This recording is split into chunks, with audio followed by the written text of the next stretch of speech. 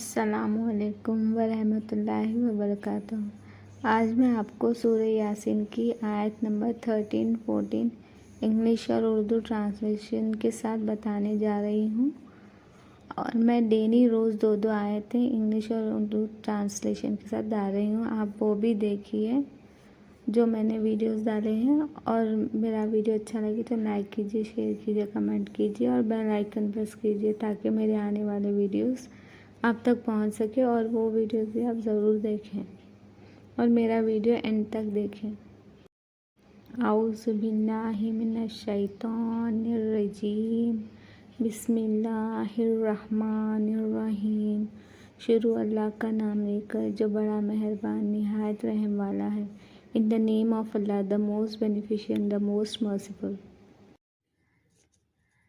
وَاضْرِبْ لَهُم مَّثَلًا أَصْحَابَ الْقَرْيَةِ إِذْ جَاءَهَا الْمُرْسَلُونَ إِذْ أَرْسَلْنَا إِلَيْهِمُ اثْنَيْنِ فَكَذَّبُوهُمَا فَعَزَّزْنَا بِثَالِثٍ فَقَالُوا إِنَّا إِلَيْكُم مُّرْسَلُونَ۔ ترجمہ: اور ان سے گاؤں والوں کا قصہ بیان کر دو جب ان کے پاس پیغمبر آئے، یعنی جب ہم نے ان کی طرف 2 پیغمبر بھیجے تو انہوں نے ان کو جھٹلایا، پھر ہم نے تیسرے سے تقویت دی تو انہوں نے کہا کہ ہم تمہاری طرف پیغمبر ہو کر آئے ہیں۔ Set forth to them by way of a parable the story of the companions of the city.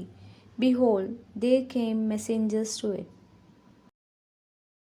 When we first sent to them 2 messengers, they rejected them.